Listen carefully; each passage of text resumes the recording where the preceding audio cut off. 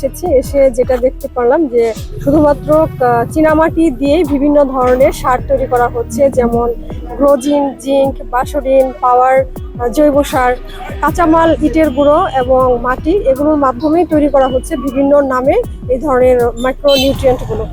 আমরা এগুলো জব্দ করেছি, প্রায় 18 টন পাওয়া গিয়েছে এবং এটার বাজার মূল্য পেয়েছি আমরা 18 লক্ষ টাকা। এর পরবর্তীতে উপজেলা সার ও বীজ মনিটরিং কমিটির সিদ্ধান্তের মাধ্যমে পরবর্তী ব্যবস্থা নেওয়া হবে। মাসানি হইলো, হ্যাঁ, আসার পরে মনে করেন যে আমি পাহারা হিসেবে থাকি, হ্যাঁ, মিস্ত্রিরা এইসব মাল বানায়, রাত্রে গাড়ি ঢুকে, গাড়ি মনে করেন যে 3 টন, 3.5 টন, 5 টনের মতো মাল নিয়ে যায়। সপ্তাহে 2 দিনও আসে, হ্যাঁ, গাড়ি, এমনকি আবার 15 দিনও 2 দিন আসে।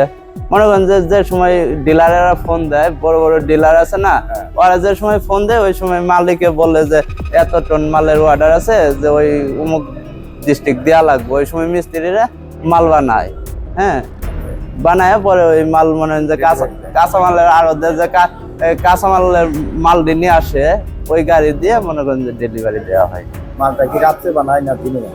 দিনেও বানায়, জি, মাল ডেলিভারি রাত্রে ডেলিভারি হয়, মানে হ্যাঁ।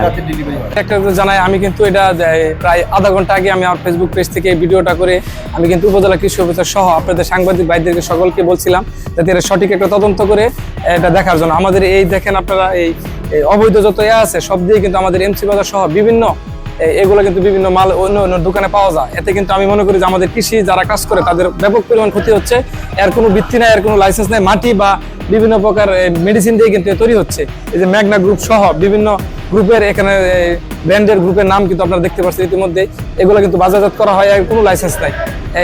আমি মনে করি যে আমাদের এলাকার খুব ক্ষতি হচ্ছে। কৃষি আমাদের শ্রীপুর কিন্তু একটা কৃষি নির্ভরশীল উপজেলা, ব্যাপক পরিমাণ শাকসবজি সহ মানুষ আমাদের এলাকায় অনেক কৃষক কাজ করে। তাই আমি বলবো আপনাদেরকে এটা সঠিক তদন্ত করে আইনের আওতায় এনে সঠিক বিচার করার জন্য।